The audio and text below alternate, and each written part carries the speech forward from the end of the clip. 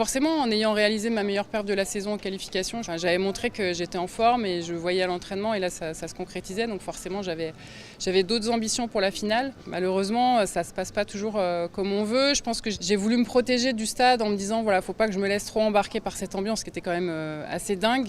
Et je pense que je me suis un peu trop coupée de ça et il manquait l'émotion. J'avais tellement l'envie de bien faire. Il y avait mes proches qui étaient là, donc j'ai voulu m'appliquer et le lancer c'est une musique, c'est un rythme. Dès qu'on n'est plus dans le tempo, tout de suite ça pardonne pas. Donc j'ai essayé de faire les ajustements.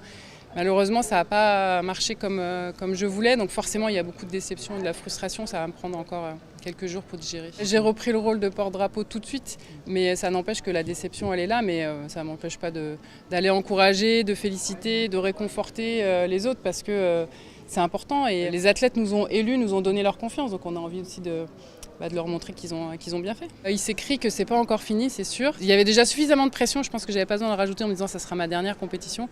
J'ai envie de faire encore au moins une saison.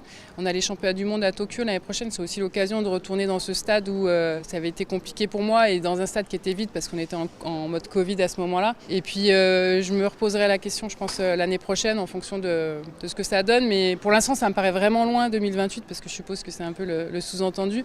Mais j'ai toujours fonctionné comme ça sur 1 an, 2 ans et puis après on verra.